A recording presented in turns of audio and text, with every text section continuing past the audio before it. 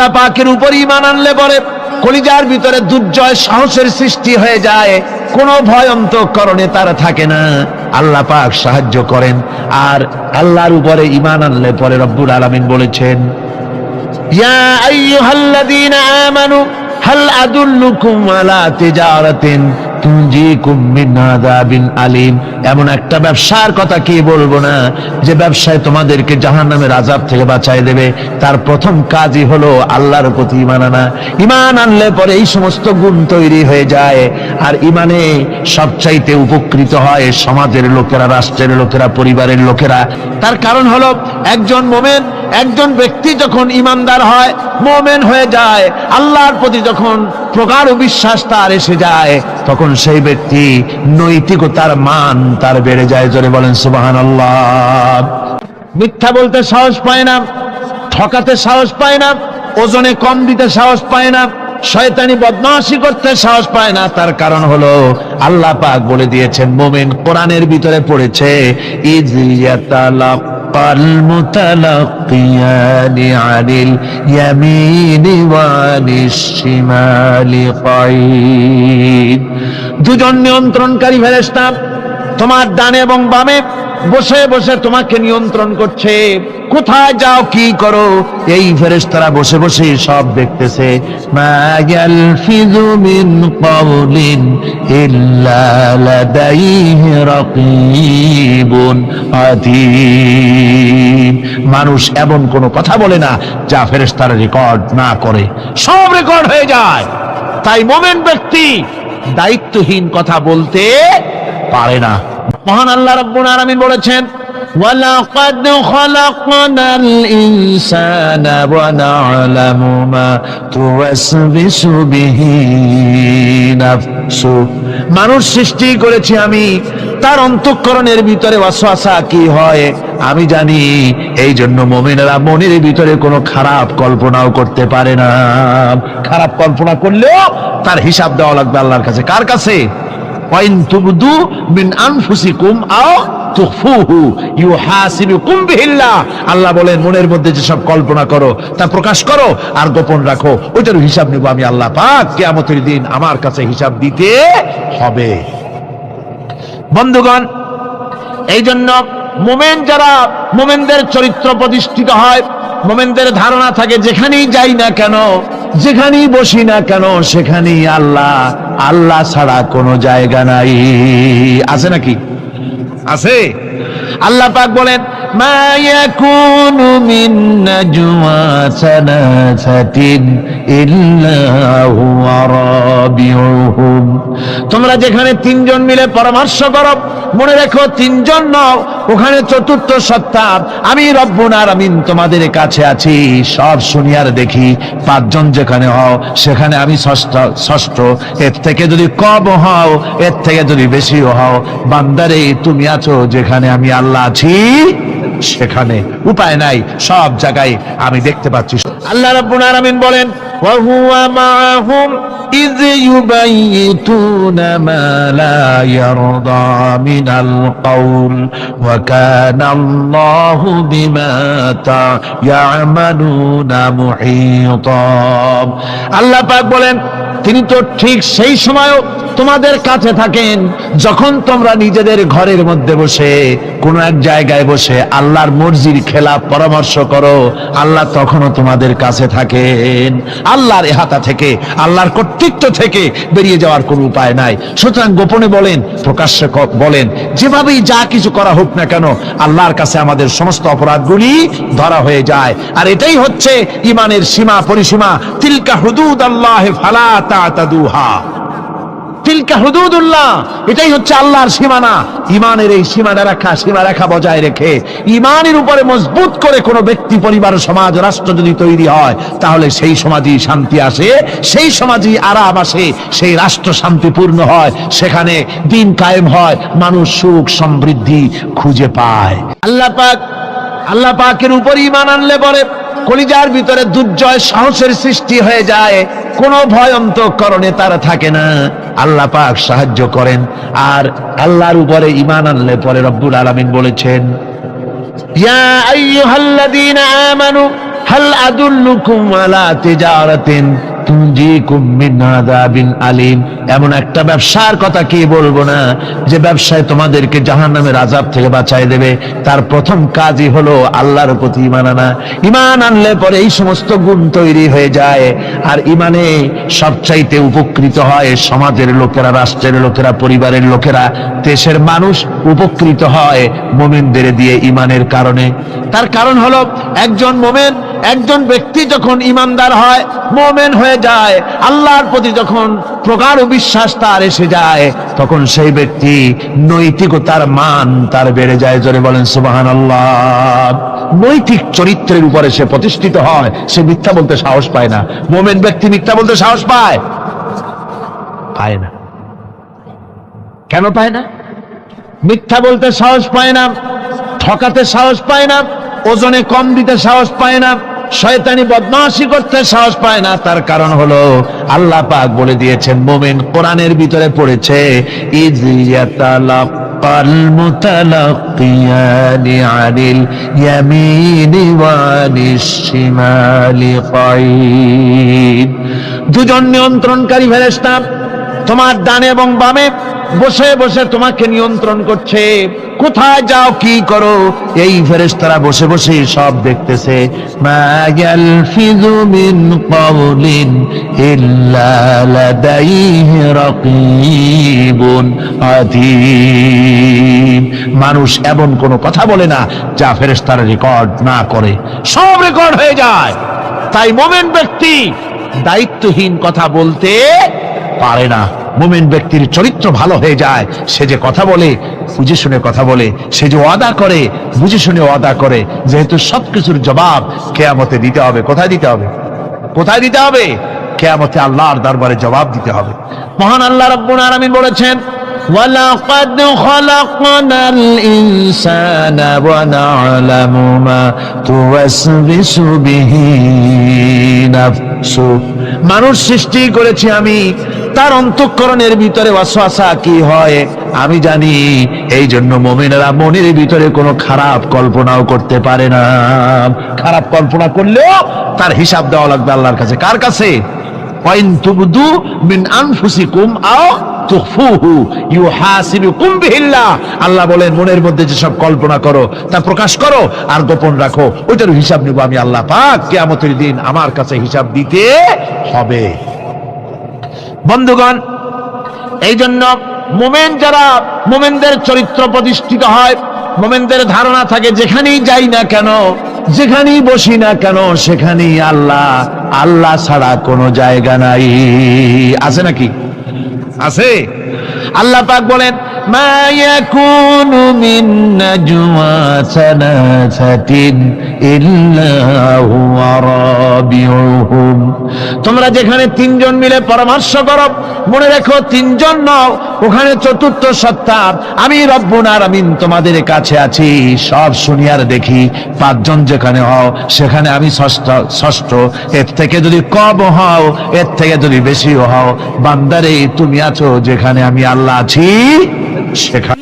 আলিমদেরকে, মুমিনদেরকে, যারা নাকি কালেমা পড়ে মুসলমান হয়, তাদের সকলের এই সাহস মনের মধ্যে আসা দরকার, ব্যক্তিত্ব আসা দরকার। কারো পরোয়া নাই, পরোয়া করব শুধুমাত্র আল্লাহর। রিজকের মালিক তিনি। আল্লাহ রাব্বুল আলামিন বলেছেন, ওয়ামা মিন দাব্বাতিন ফিল আরদি ইল্লা আলাল্লাহি রিজকুহা। এই পৃথিবীর বুকে এমন কোন বিচরণশীল জীব নাই যে জীবের রিজকের দায়িত্ব আমি আল্লাহ আমার নিজ হাতে গ্রহণ করি নাই। সব জীবের রিজকের চাবি আমার হাতে। কার হাতে? তাহলে ভয়টা কিসের?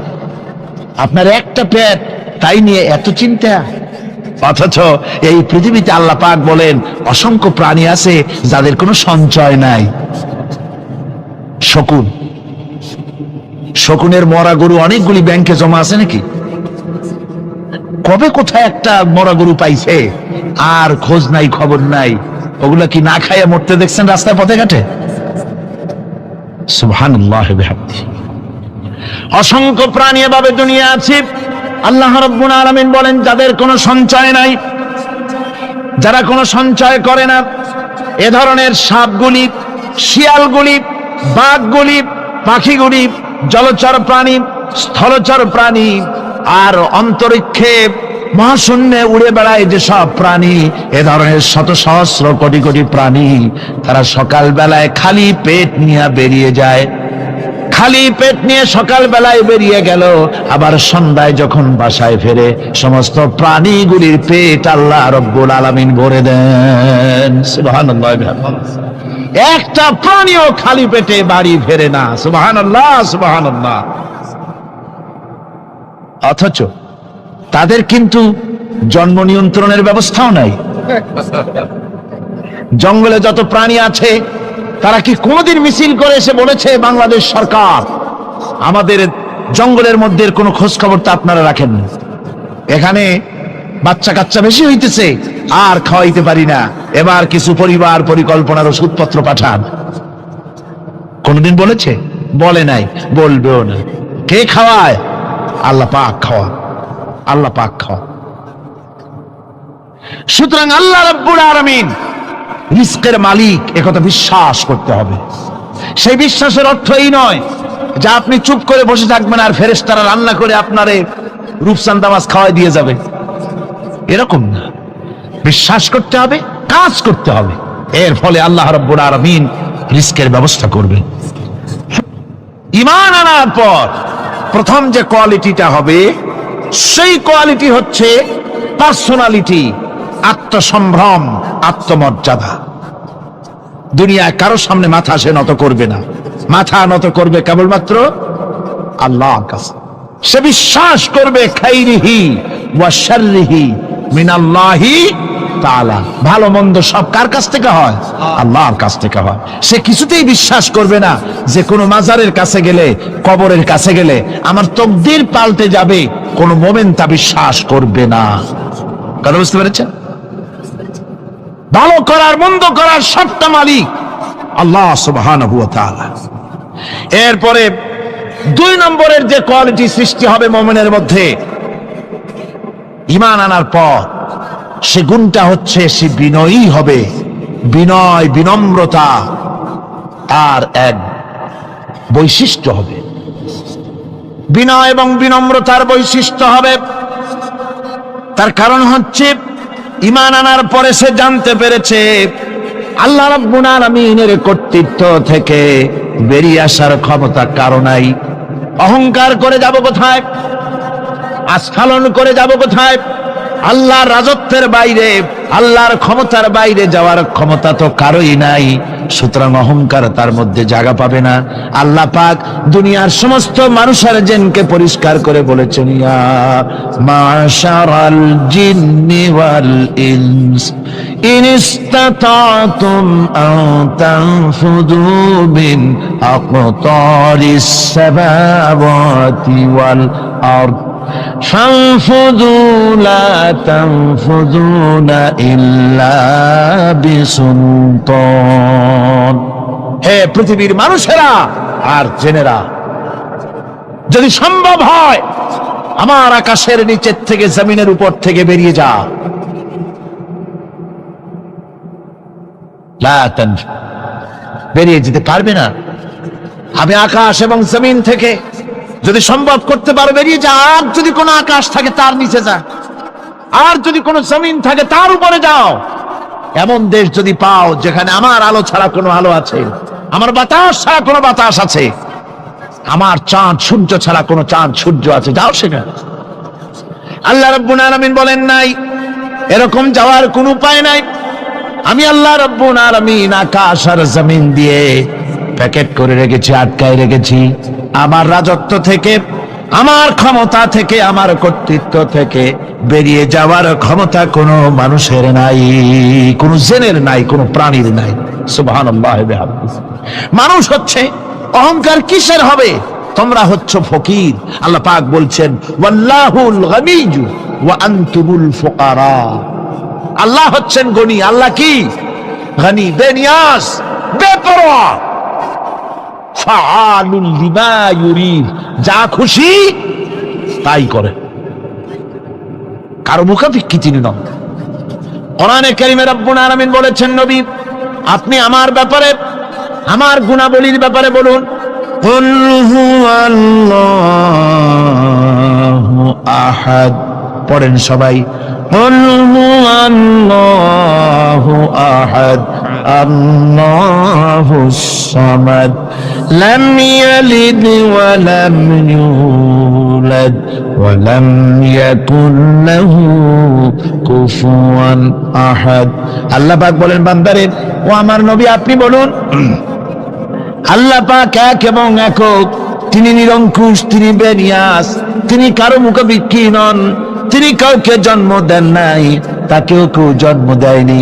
আকাশ এবং জমিনে আল্লাহর সমকক্ষ কেউ নাই। তোমরা হচ্ছ ফকির আর আমি আল্লাহ হচ্ছে বেনিয়াস। লিল্লাহি মা ফিস সামাওয়াতি ওয়া মা ফিল আরদ, আকাশে যা আছে জমিনে যা আছে সব আল্লাহ। সব কার? আল্লাহ পাকের। সুতরাং কিসের অহংকার, কিসের মাতবাড়ি? আল্লাহ রাব্বুল আলামিন বলেন, যারা নাকি মুমিন বান্দাদের বিনয় এবং বিনম্রতা তাদের মধ্যে সৃষ্টি হয়ে যাবে, তার কারণ হলো আল্লাহ পাক বলেছেন, ওয়ালা তামশি ফিল আরদি মারহান ইন্নাকা লান তাখরিকাল আরদা ওয়া লান তাবলুগাল জিবালা তুলা। ওয়ালা তামশি ফিল আরদি মারহান, আমার জমিনের উপরে অহংকার করে পা ফেলো না। তুমি কি পারবে অহংকার করে আমার জমিনটাকে বাটাই দিতে? কি বলেন, পারা যাবে? অহংকার করে জমিনের উপরে লাথি মারেন জোরে, জমিন ফাটবে? ফাটবে না, আপনার পা ছিঁড়ে যাবে। আপনি কি পারবেন অহংকার করে পাহাড়ের উচ্চতা লাফ দিয়ে ছাড়াই যেতে পারবেন? তাও পারবেন না। সুতরাং আল্লাহ পাকের উপরে ঈমান আনলে পরে তাদের মাথা এভাবে নত হয়ে যায়, অহংকার তাদের মধ্যে জায়গা পায় না। অহংকার কিসের অহংকার তোমার? মানুষ তার জন্মের কথা, কোরআনে কারীম বলে, মানুষ কি তার জন্মের কথা স্মরণ করে না? তোমার তো এমন অবস্থা ছিল, দুনিয়ায় উল্লেখযোগ্য বিষয়বস্তু হিসাবে তুমি পরিগণিত ছিলে না। তুমি হচ্ছ, তোমার জন্মের উৎস কথা হচ্ছে এক ফোঁটা নাপাক পানি, এমন নাপাক পানি যা শরীর থেকে নির্গত হলে পরে গোসল করা ওয়াজিব হয়ে যায়। এমন এক ফোঁটা নাপাক পানি যার জন্মের উৎস, তার আবার অহংকার কিসের? পৃথিবীতে অহংকার যারাই করলো আল্লাহ পাক তাদেরকে ভালো করে দেখায় দিলেন। নমরুদকে দেখায়ছেন, ফেরাউনকে দেখায়ছেন, যুগের ছোট ছোট নমরুদ ফেরাউন যেখানে যেখানে খুদে খুদে ফেরাউন হয়েছে আল্লাহ সকলকেই দেখিয়ে দিয়েছেন। দেন নাই? দেখিয়ে দিয়েছেন। হযরত ইউনূস আলাইহিস সালাম মাছে তারে গিলে ফেলে দিল, হতাশায় তিনি হার্ট ফেল করেন নাই। মাছের পেটের মধ্যে যদি কেউ চলে যায়, বেরিয়ে যাওয়ার জন্য কোনো ব্যাকডোর আছে নাকি? কোন পালাবার কোন রাস্তা আছে? মাছের পেটের জানালা দরজা আছে? কিছুই নেই। তিনি হতাশ হলেন না, মাছের পেটের ভেতরে বসে হযরত ইউনূস আলাইহিস সালাম বুক ভরা আশা নিয়ে আল্লাহর দরবারে তিনি ঘোষণা করলেন, লা ইলাহা ইল্লা আনতা সুবহানাকা ইন্নী কুনতু মিনাজ জালিমিন। পড়েন না সবাই, লা ইলাহা ইল্লা আনতা সুবহানাকা ইন্নী কুনতু মিনাজ জালিমিন। হযরত ইউনূস আলাইহিস সালাম বললেন, আল্লাহ তুমি ছাড়া কোনো ইলাহ নাই, তোমার পবিত্রতা ঘোষণা করছি, আমি জালিমদের অন্তর্ভুক্ত হয়ে গেছি। তিনি যখন চিল্লাচ্ছিলেন, মাছির পেটের ভিতরে বসে যখন কাতরুক্তি করতেছিলেন, আল্লাহ বুঝি তখন শোনেন নাই সে কথা? কি বলেন? আল্লাহ বুঝি তখন তন্দ্রায় বা নিদ্রায় ছিলেন না? আল্লাহ পাক কি ঘুমান? তন্দ্রায় যান? লা তাখুযুহু সিনাতুন ওয়ালা নাওম। আল্লাহ রাব্বুল আলামিন বলেন, কোন তন্দ্রা বা নিদ্রা আল্লাহ রাব্বুল আলামিনকে স্পর্শ করে না।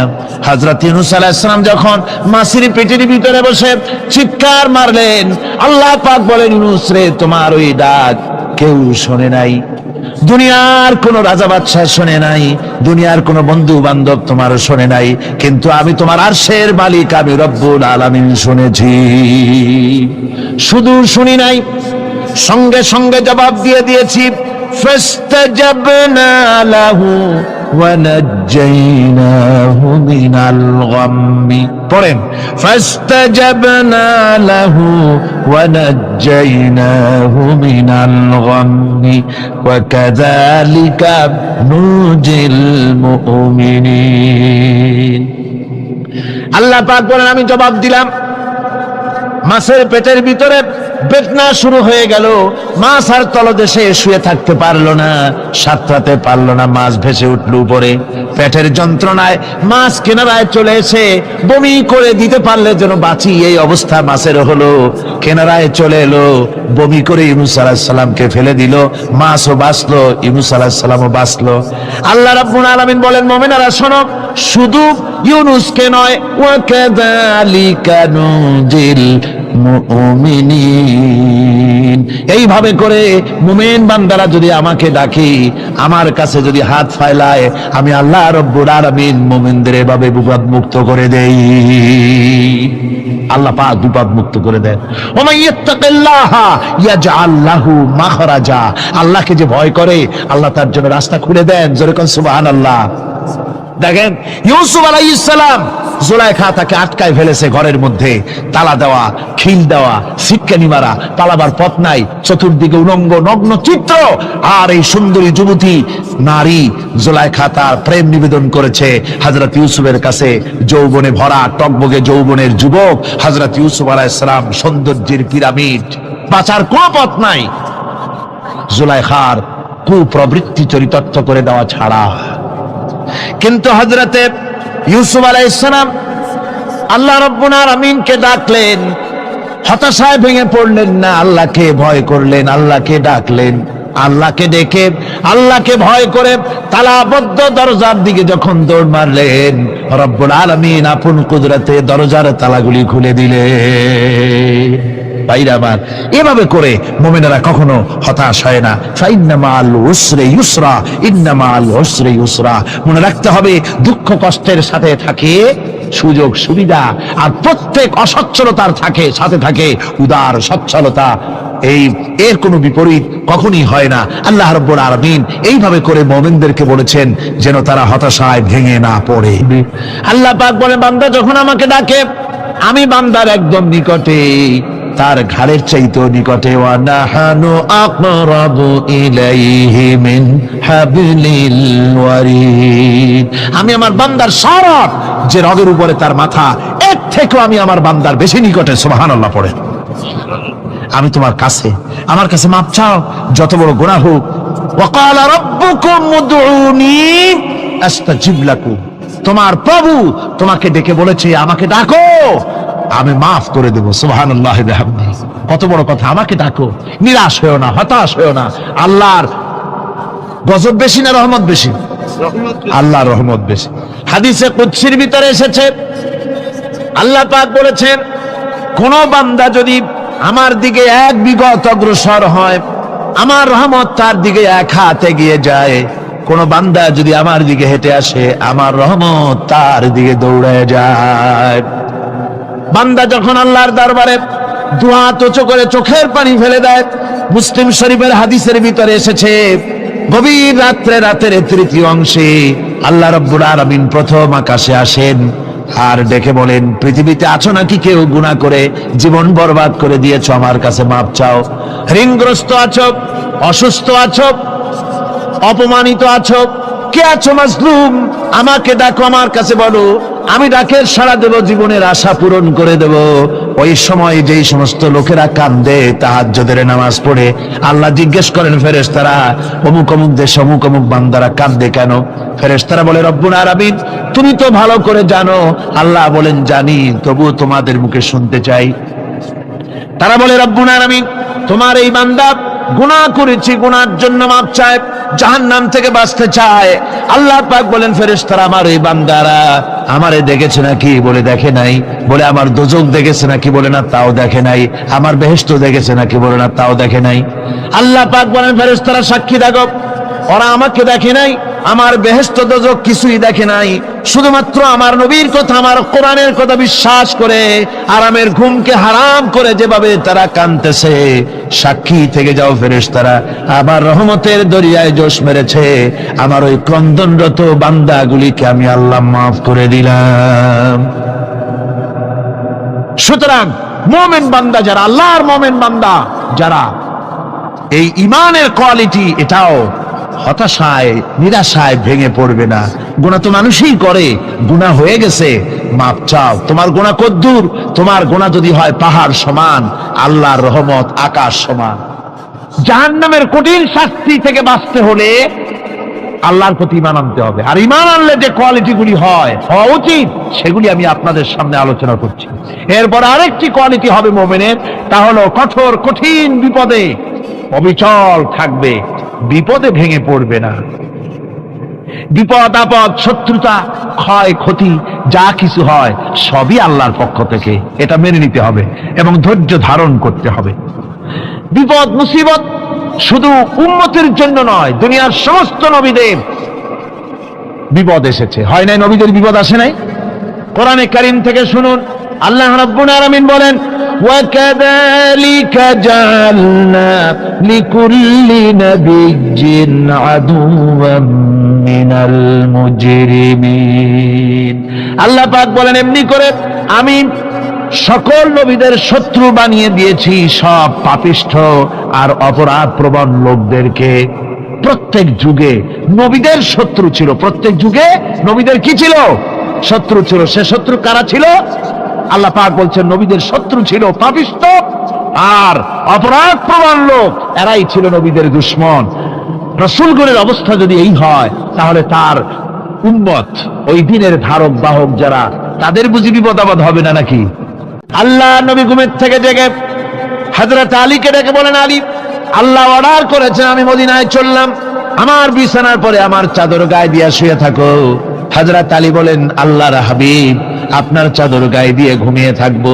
সকালবেলায় কাফির বেঈমানেরা আপনার বিছানার পরে আপনার চাদর গায়ে দেওয়া অবস্থায় আমি আলীকে তারা মুহাম্মদ মনে করবে, আর আমি আলীকে নবী মনে করে তারা তাদের তরবারি দিয়া কেটে কেটে টুকরা টুকরা করে আমারে বিদায় করে দেবে দুনিয়া থেকে। এতটুকুনো পরোয়া করি না, বরং আমার দিলের মধ্যে এটাই তৃপ্তি থাকবে যে আমি আলীর জীবনের বিনিময় আল্লাহর হাবিব দুনিয়ায় বেঁচে আছেন। নবীজি ঘরের থেকে বেরোলেন, চতুর্দিকে কাফেররা দাঁড়ানো। আল্লাহ নবী হাতে এক মুষ্টি বালু হাতে নিয়ে হাতের বজু পড়ে 3 বার দম করে বালুগুলো ছেড়ে দিলেন। বালিগুলি ঘরের চতুর্দিকে কাফেরদের চোখে চলে গেল। পরবর্তী সময় রব্বুল আলামিন ডেকে বলেন, নবীরে, বালি যখন নিক্ষেপ আপনি করেছিলেন, ধুলাগুলি আপনি তো শুধু নিক্ষেপ করেছিলেন, কিন্তু চতুর্দিকে কাফেরদের চোখে গেল কেমনে? একদিকে মেরেছিলেন, সেই দিকেই তো যাওয়ার কথা ছিল, চতুর্দিকের কাফেরের চোখে চোখে সেগুলো পৌঁছে গেল কেমনে? ওয়ামা রামাইতা ইদ রামাইতা ওয়ালাকিন্নাল্লাহ রামা। আপনি নিক্ষেপ করেন নাই, যখন আপনি নিক্ষেপ করেছিলেন আপনি তো শুধু বালুকণা ছেড়েছেন, আর ওই বালুকণাগুলি ঘরের চতুর্দিকে সব কাফেরদের চোখে পৌঁছবার দায়িত্ব আমার কুদরত গ্রহণ করেছিল। আমার ভাইয়েরা, নবীজি বিপদে, এতগুলি শত্রু তরবারি নিয়ে তিনি বিপদে ধৈর্য হারা হন নাই। আস্তে করে ঘরের থেকে বেরিয়ে হযরত আবু বকরের বাড়িতে গিয়ে হাজির। দরজায় গিয়ে আওয়াজ দিলেন, আবু বকর। অমনি দরজা খুলে গেল, লাব্বাইক ওয়া সাদাইক। হুজুর বলেন, আবু বকর রে, একটা ডাকে কেমনে সাড়া দিলে? তুমি কি ঘুমাইছিলে না? হযরত আবু বকর বলেন, হুজুর, আপনি বলেছেন আমাকে নিয়ে হিজরত করবেন, আমি মনে মনে চিন্তা করেছি, না জানি কত রাত্রে নবীজি আসেন, উঠতে যদি আমার দেরি হয়ে যায়, নবীজি যদি দরজার কাছে দাঁড়ায় দাঁড়ায় আমারে ডাকাডাকি করে, আর আমি যদি ঘুমায় থাকি, তাহলে আল্লাহর নবীর সঙ্গে বেয়াদবি হয়ে যাবে। এই মনে করে বিছানায় না ঘুমাইয়া আপনার গলার আওয়াজ শোনার জন্য এই দরজার সঙ্গে পিঠ লাগাইয়া লাগাইয়া দাঁড়াইয়া ঘুমাচ্ছিলাম। আল্লাহর নবী হযরত আবু বকরকে সঙ্গে করে নিয়ে চললেন মদিনার দিকে, উল্টা পথে রওনা করলেন। বারবার কাবা শরীফের দিকে তাকাতে লাগলেন। বুখারী শরীফে এসেছে, নবীজি বারবার কাবার দিকে তাকিয়ে বলতেছেন, রে কাবা, বড় আশা ছিল তোর কাছে থাকবো, তোর খেদমত করব, কিন্তু তোর নিষ্ঠুর সন্তানেরা তোর কাছে আমারে থাকতে দিল না রে। আল্লাহ নবী মিসফালা দিয়ে জাবালে কেদোয়ার উপর দিয়ে চলে গেলেন জাবালে সুরে। গুহার কাছে যখন গিয়েছেন, ফজর রক্ত হয়ে গেল। হযরত আবু বকর রাদিয়াল্লাহু তাআলা আনহু বলছেন, হুজুর আর উপায় নাই, দিন হয়ে গেল, এখন বুঝি ধরা পড়ে যাব, ওই গুহার মধ্যে গিয়ে আশ্রয় নেই। তবে আপনি দাঁড়ান, গুহার ভিতরেই পাহাড়িয়া গুহা, বিচ্ছু থাকতে পারে, সাপ থাকতে পারে, আমি আগে ঢুকি, যদি কোনো হিংস্র প্রাণী থাকে আমার উপর দিয়ে আঘাত হয়ে যাক, আল্লাহর নবী হেফাজতে থাকুন। হযরত আবু বকর রাদিয়াল্লাহু তাআলা আনহু গুহার ভিতরে নামলেন। নেমে গুহা সাফ করে হুজুরকে ডাকলেন। হুজুর তাশরীফ ফরমালেন গুহার মধ্যে। হুজুর বলেন, আবু বকর, হেঁটে হেঁটে কষ্ট হয়ে গেছে, তুমি বসো, তোমার উরুর উপরে মাথা রেখে আমি একটু ঘুমায়ে যাই। আল্লাহর হাবিব ঘুমায়ে গেলেন। হযরত আবু বকর লক্ষ্য করে দেখেন চতুর্দিকে অনেকগুলি গর্ত দেখা যায়। এই গর্ত থেকে সাপ আসতে পারে, বিচ্ছু আসতে পারে মনে করে নিজের গায়ের চাদর ছিঁড়ে ছিঁড়ে গর্তগুলি বন্ধ করা শুরু করে দিলেন। কয়েকটা গর্ত বন্ধ করার মতো চাদর আর নাই, পাও দিয়ে চেপে ধরলেন। এক পাহাড়িয়া বিষধর সাপ বেরোবার জন্য চেষ্টা করে বেরোবার পথ খুঁজে নেই পেয়ে হযরত আবু বকরের পায়ের উপরে দংশন করেছে। বিষের যন্ত্রণায় হযরত আবু বকরের চোখ থেকে পানি দরদর করে পড়ছে। রাসূলুল্লাহর ঘুম ভেঙে গেল। আল্লাহর নবী তাকিয়ে বলেন, আবু বকর, চোখে পানি কেন? বাড়ির কথা বুঝি মনে পড়ে গেছে? হযরত আবু বকর বলেন, ইয়া রাসূলুল্লাহ, আল্লাহর নামে কসম করে বলি, যেই দিন আমি ঈমান এনেছি ওই দিন থেকে আমার মা বাপ, আমার কোলে আমার সন্তান, আমার স্ত্রী, আমার জায়গা জমি ঘর বাড়ি, এমনকি আমার নিজের আত্মার চাইতে হুজুর আপনারে ভালোবাসি বেশি। তাহলে কাঁদো কেন? হযরত আবু বকর বলেন, হুজুর, বাড়ির জন্য কাঁদি না, ছেলেপেলের জন্য কাঁদি না, সাপে দংশন করেছে, যন্ত্রণায় কাঁদতেছি। আল্লাহ নবী সঙ্গে সঙ্গে মুখ থেকে থুতু বার করে যন্ত্রণার জায়গায় লাগাই দিলেন। সঙ্গে সঙ্গে যন্ত্রণা বন্ধ হয়ে গেল।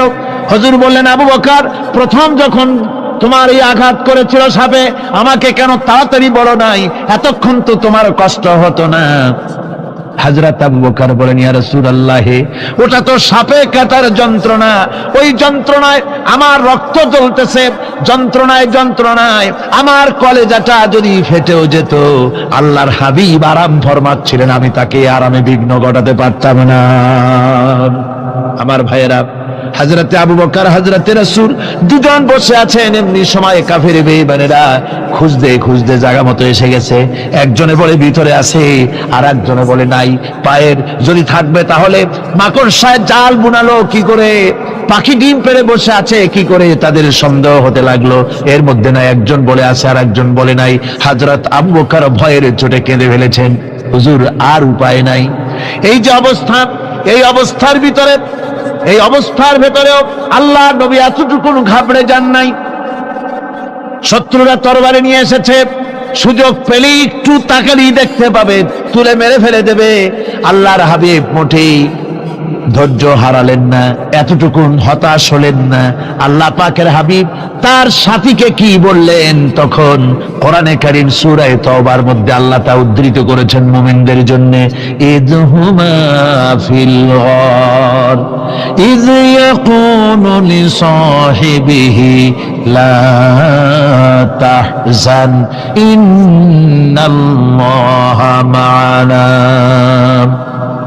ও আমার সাথী, ও বন্ধু, ভয় করো না, চিন্তা করো না, আমরা মাইনরিটি নই, আমরাই মেজরিটি।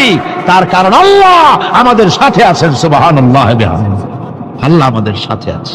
আমি ইউসুফ আর এই হচ্ছে আমার ভাই। আল্লাহ আমাদের উপর ইহসান করেছেন। প্রকৃতপক্ষে যারা আল্লাহকে ভয় করে এবং সবর ইখতিয়ার করে, আল্লাহ এভাবে তাদেরকে, তাদের আমলকে নিষ্ফল হতে দেন না। আমার এই জামাটা নিয়ে যাও। হযরত ইয়াকুব আলাইহিস সালাম, কলিজার টুকরা সন্তান ইউসুফ আলাইহিস সালামের বিরহ যন্ত্রণায় ছেলেকে কতদিন দেখে না, কাঁদতে কাঁদতে চোখ দুটো অন্ধ হয়ে গেছে। মিশর থেকে কেনানের দিকে জামা রওনা হয়েছে।